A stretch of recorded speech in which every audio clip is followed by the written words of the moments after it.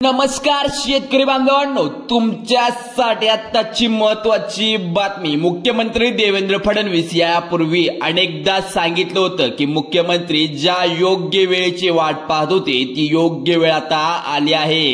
कारण राज्यातल्या एकूण खरीपापैकी 40 ते 50% खरीप या पावसामुळे वाया गेला आहे। दुसरीकडे शेतकऱ्यांचं जे नुकसान झाले ते नुकसान काही पूर्णपणे सरकार भरू देणार नाही। सरकार एनडीआरएफच्या माध्यमातून मदत करत आहे। ही मदत गेल्या वर्षीपेक्षा सरकार यंदा कमी केली आहे। दुसरीकडे पीक विमा योजनेमध्ये मोठे बदल केल्यामुळे शेतकऱ्यांना पीक विम्याची भरपाई देखील खूपच कमी मिळणार आहे। आता शेतकऱ्यांच्या हातामध्ये या संकटातून जे काही पीक येतील या पिकाची देखील गुंतवणूक कमी राहणार आहे। त्यामुळे या पिकांना देखील कमी भाव मिळणार असणार आहे। व्यक्त केले जाते बघा इकडे उद्योगाने हा अंदाज आधीच व्यक्त केलाय। कारण मग यापेक्षा शेतकऱ्यांना कर्जमाफी देण्याची योग्य वेळ कोणती असू शकते। त्यामुळे मुख्यमंत्री शेतकऱ्यांची कर्जमाफी करावी आणि पंजाब प्रमाणे शेतकऱ्यांच्या हेक्टरी 50,000 रुपये मदत करावी अशी मागणी केवळ शेतकरीच नाहीत तर शेतकरी नेते आणि राजकीय नेते देखील करू लागले आहेत। सगळ्याच स्तरातून शेतकऱ्यांना मदत करण्याची मागणी पुढे येत आहे। आपण जर आतापर्यंतच्या नुकसानीचा आढावा घेतला तर सरकारच्या कागदोपत्र जे काही अहवाल आले आहेत त्याच्यानुसार जवळपास 35 लाख हेक्टरी पिकाचं मागच्या 2 ते 3 महिन्यामध्ये नुकसान झालं। त्यापैकी जुलै आणि ऑगस्ट मध्ये जवळपास 14.5 लाख हेक्टर वरील पिकाचं नुकसान झालं होतं। सप्टेंबर आणि देखील मोठ्या प्रमाणात नुकसान झाले। आतापर्यंत जे काही सरकारने पंचनामे केले किंवा जे काही प्राथमिक माहिती पुढे आली त्यानुसार जवळपास 35 ते 36 लाख हेक्टर वरील पिकाचं नुकसान झाले। परंतु जे शेतकरी सांगतात किंवा शेतकऱ्यांनी जी माहिती दिली किंवा जे काही वेगवेगळ्या माध्यमातून सर्व वेगळं त्यानुसार खरीपाचं जवळपास 40 ते 50% नुकसान झाले। याच्या माहितीनुसार आपण पाहत आहोत नुकसानीची पोटी शेतकऱ्यांना पूर्ण भरपाई मिळण्याची किंवा मदत मिळण्याची शक्यता यंदा कमीच आहे। कारण शेतकऱ्यांचे जे काही नुकसान झाले ते एनडीआरएफच्या निकषामध्ये भरून निघणार नाही आणि त्यातल्या त्यात आपल्या राज्य सरकार जे काही मदत मागच्या वर्षी दिली होती त्यापेक्षा यंदा कमी दिली आहे। आतापर्यंत जे काही जीआर काढले ते जीआर कमी मदतीनुसारच काढले आहेत। खरीप 2024 मध्ये राज्य सरकारने जे काही मदत केली होती ती मदत कोरड पिकासाठी 1,36,000 रुपये ती यंदा 8 लाख केली। बियाणे पिकाचं केल्या 27,000 म्हणजे हे आधी 8,000 होतं 8 लाख सॉरी म्हणलं मी 8 लाख केली मागच्या वेळी पिकाची बघायची आणि त्यानंतर 27,000 रुपये हेक्टर मदत करण्याचं ठरलं।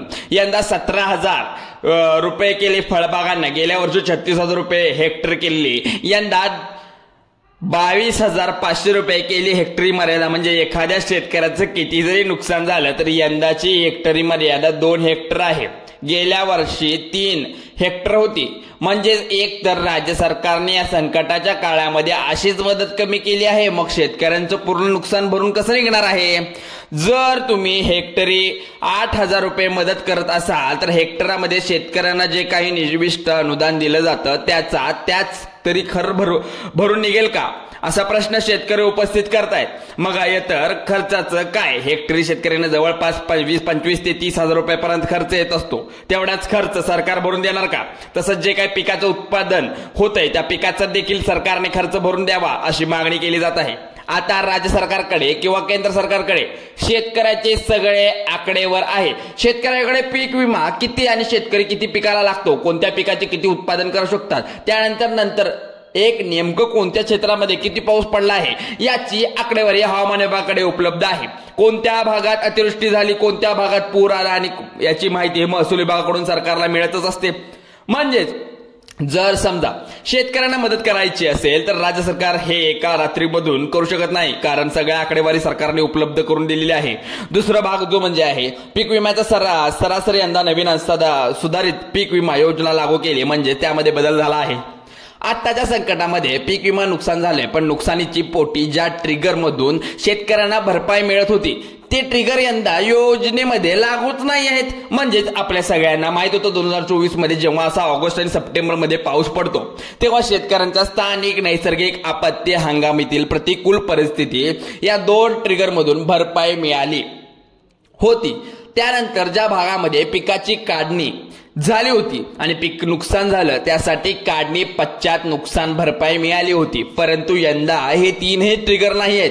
यंदा फक्त पीक विमा कापणी प्रयोगावर आधारित भरपाई मिळणार आहे. म्हणजेच हंगामाच्या शेवटी कृषी विभाग जे काही पीक कापणी प्रयोग करत आहे त्यानंतर जेवढी उत्पादकता कमी येईल त्यानुसार शेतकऱ्यांना भरपाई मिळणार आहे. आणि नवीन म्हणजे यंदाच्या पीक विमा योजनेनुसार कमीत कमी 30% जर नुकसान झालं तरच आपल्या शेतकऱ्यांना भरपाई मिळणार आहे.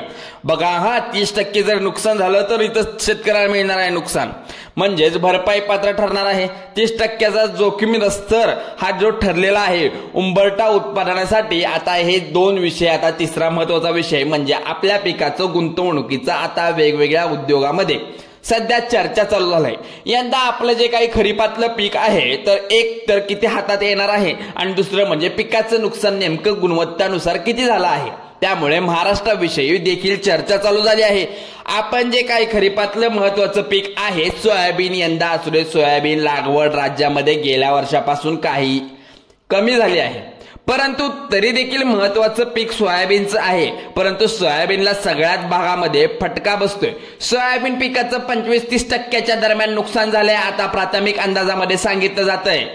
पहा प्रत्यक्ष उत्पादन नेमकं किती होईल. आकडेवारी पुढे येईल. जवळपास कोणी म्हणतं 20% उत्पादन घटलं, कोणी म्हणतं 25% उत्पादन घटलं. परंतु पिकाची गुंतवणूक म्हणजे आपल्या सोयाबीनची गुंतवणूक अनेक भागामध्ये यंदा कमी राहण्याची भीती उद्योग होती. कारण अनेक टप्प्यामध्ये सोयाबीन शेंगा पिकाचं कोणत्या सोयाबीन शेंगा वागण्याचं टप्प्यामध्ये सोयाबीन पीक आहे. नेमकं या काळामध्ये पाऊस पडतो आणि केवळ सप्टेंबर पीक पर्यंत आजपर्यंत जो पाऊस झाला त्यावेळी भीती व्यक्त केली जाते असं नाही आहे.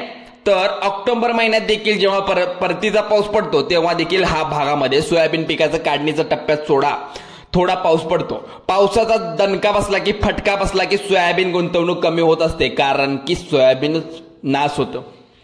सोयाबीन उद्योगात असा अंदाज व्यक्त केला जातो की अनेक भागामध्ये सोयाबीनचं गुंतवणूक कमी राहू शकते. आपल्या शेतकऱ्यांना सांगण्याची गरज नाही आहे. जर सोयाबीन गुंतवणूक कमी राहिली तर त्या गुंतवणुकीखाली सोयाबीनचे दर पाडले जातात. सोयाबीनचे भाव कमी आहेत कारण बाजारामध्ये नवीन सोयाबीन विक्रीसाठी येत आहे आणि सोयाबीनचे भाव अगदी 3,500 पासून सुरू झाले आहेत. म्हणजेच काय या सगळ्या संकटामध्ये म्हणजे या सगळ्या संकटाशी 2 हात करून आपल्या शेतकऱ्यांनी जरी पीक वाचवली आणि ज्या जरी गुंतवणूक कमी झाली तर मात्र आपल्या मालाला आपल्या सोयाबीन असेल किंवा इतर खरीप पीक असेल त्याचा बाजारभाव करण्याची शक्यता यंदा खूपच कमी आहे.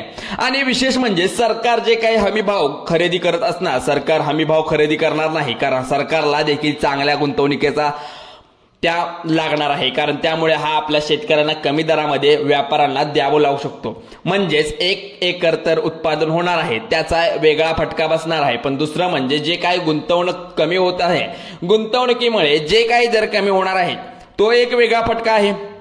आता आपण शेतकऱ्यांना बसणार आहे म्हणजे आपल्या शेतकऱ्यांना हा मोठा फटका बसणार आहे. आता आपण आपलं राज्य सरकार वेळोवेळी आम्ही शेतकऱ्यांच्या पाठीशी उभे आहोत. आमदार खासदार त्यानंतर मंत्री सगळे शेताच्या बांधावर जातात, परंतु त्या बांधावरून जाऊन केवळ शेतकऱ्याच्या तोंडाला पाणी पुसण्याचे काम केलं जातं.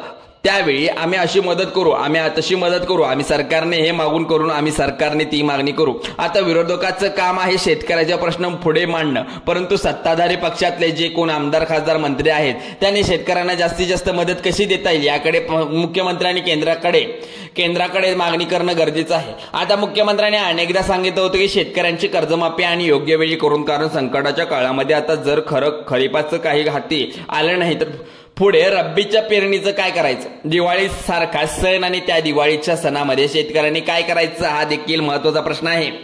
जर खरीपातले पीक आलं नाही किंवा पिकाची गुंतवणूक कमी झाली तर मात्र शेतकऱ्यांच्या खिशामध्ये पैसे कमी येतात आणि रब्बीच्या पेरणीत पुढे काय करायचं म्हणजे देखील प्रश्न पडणार येत असतो. बँका तर कर्ज देणारच नाही कारण कर्ज थकलेलं आहे. मग जर शेतकऱ्यांना कर्जमाफी दिलीच नाही तर रब्बीची पेरणी यंदा अनेक भागामध्ये तर थकीतच राहणार, अवघड होणार. त्यामुळे मुख्यमंत्री यावेळी शेतकऱ्यांना कर्जमाफी करावी. मुख्यमंत्री ज्या योग्य वेळेची वाट पाहत होते ती जी योग्य वेळ आहे, कारण म्हणतात ना, हरकत नाही की योग्य वेळ मुख्यमंत्र्यांनी ओळखावी आणि शेतकऱ्यांची कर्जमाफी करावी. आणि मागणी आता राज्यभरातील शेतकरी करू लागले आहेत. मुख्यमंत्री असेल की सरकारनं आतापर्यंत कर्जमाफी टाळून दिली. वेगवेगळ्या कारणाखाली अर्थमंत्र्यांनी सांगितलं राज्यातील तिजोरीमध्ये ती पैसा नाही. मुख्यमंत्र्यांनी सांगितलं आम्ही योग्य वेळ कर्जमाफी करू शकतो, पण संकटाच्या काळामध्ये जर शेतीत एकंदर जर राज्याच्या अर्थव्यवस्थेत वाचवायचं असेल तर मात्र कर्जमाफी करणं खूपच गरजेचं आहे. त्यासाठी मुख्यमंत्र्यांनी तातडीने उपाययोजना करावी अशी मागणी शेतकरी करू लागलेत. आता भरपाई विषयी आणखीन एक मुद्दा राहून गेला होता. आता शेतकऱ्यांना NDRF आणि SDF च्या माध्यमातून जी काही मदत दिली जाते त्या मदतीविषयी आणखीन एक मुद्दा सांगायचा राहिला, तो म्हणजे या मदतीची दर 10 वर्षापूर्वी ठरवलेली आहे. आणि त्यावेळी खत बियाणं तसेच इतर जो काही निविष्ठांचा खर्च होतो किंवा एकूण उत्पादन जो खर्च होतो खूपच कमी होता. आता 2020 नंतर म्हणजेच कोरोना नंतर अनेक निविष्ठा किंवा शेती उपयोगी आपल्या अवजार आहेत, सगळ्यांचा खर्च मोठ्या प्रमाणात वाढला आहे का? मग जवळपास 50% काहींचा भाव हा जवळपास दुप्पट झालेला आहे. मग उत्पादन खर्च दुप्पट होतो तेव्हा मात्र राज्य सरकार 10 वर्षाच्या आधीच दराप्रमाणे हा मदत करतो. हे प्रश्न अनेकदा पडले आहेत. पण अतिवृष्टीची मदत किती? त्यामधल्या 75% खर्च हा केंद्र सरकार देत असतो. 25% खर्च म्हणजे 25% मदत राज्य सरकार देत असले. गेल्या या राज्याच्या सरकारने काय केलं? 2023-24 मधल्या लोकसभा विधानसभेच्या निवडणुका होतात. या काळामध्ये शेतकऱ्यांसाठी आहे काहीतरी वेगळं विशेष करतो, शेतकऱ्यांना जास्त मदत देतो दाखवण्यासाठी राज्य सरकारने आपला हिस्सा वाढवला होता. म्हणजे केंद्र सरकार जे काही 75% केंद्र सरकारने ठरवून दिलं होतं ते 85,000 करोड पिकासाठी, त्यानंतर बागायत पिकासाठी 1,000, जे काय आपले बहुवार्षिक पीक असेल, फळपीक असेल किंवा त्यासाठी 22,500 केंद्र सरकार ठरवून दिलं होतं. पण 75% प्रत्येक पिकासाठी 75% केंद्र सरकार देत असतं. परंतु उरलेला जो काही भार होता, म्हणजे जो काही मदतीचा भार आहे, केंद्र सरकार राज्य सरकारची दिली होती. म्हणजेच 8,000 होते त्या ठिकाणी 13,700 ही वरचढ पैशाची राज्याने दिली होती. त्यानंतर जे काही बागायत पिकं आहेत 17,000 वरून 27,000 केले होते. पण 10,000 राज्य सरकारने आपल्या ह्याच्यामध्ये 25% हिस्साचा आणखी दिली होती. तसंच फळबागामध्ये 22,500 होते आणि ते 36,000 केले. उरलेले पैसे राज्य सरकारने दिला होता, राज्य सरकारने निधी दिला होता. आता निवडणुकीत डोळ्यापुढे ठेवून 2 वर्ष राज्य सरकार करू शकतं. यंदा या संकटाच्या काळामध्ये राज्य सरकार हे काय करू शकत नाही. राज्य सरकारवर खरंच एवढी आर्थिक परिस्थिती बिकट झाली आहे का, असा प्रश्न देखील आता आर्थिक अभ्यासक देखील विचारू लागले आहेत. यंदा परिस्थिती खूपच बिकट आहे का? जर समजा शेतामध्ये पीकच राहिलं नाही किंवा शेतामधली मातीची वाहून गेली आहे, शेतकऱ्यांनी या संकटाच्या काळामध्ये काय करावं? बरं, हा प्रश्न केवळ शेतकऱ्यांपुरता मर्यादित नाही आहे, कारण केवळ महाराष्ट्रामध्ये जास्तीत जास्त संकट नाही आहे. पंजाब आहे, मध्य प्रदेश आहे, राजस्थान आहे, महाराष्ट्र आहे. जर राज्य सरकारच्या आपल्या शेतकऱ्यांना उभं केलं नाही तर शेताची अन्न सुरक्षा धोक्यात येऊ शकते. ही भीती देखील अभ्यासकांनी व्यक्त केली आहे. जर समजा खरीपातलं पीक योग्य आली नाही तर रब्बीमध्ये शेतकऱ्यांना आपल्या पिकाची वेळेवर पेरणी करण्यात येणार नाही.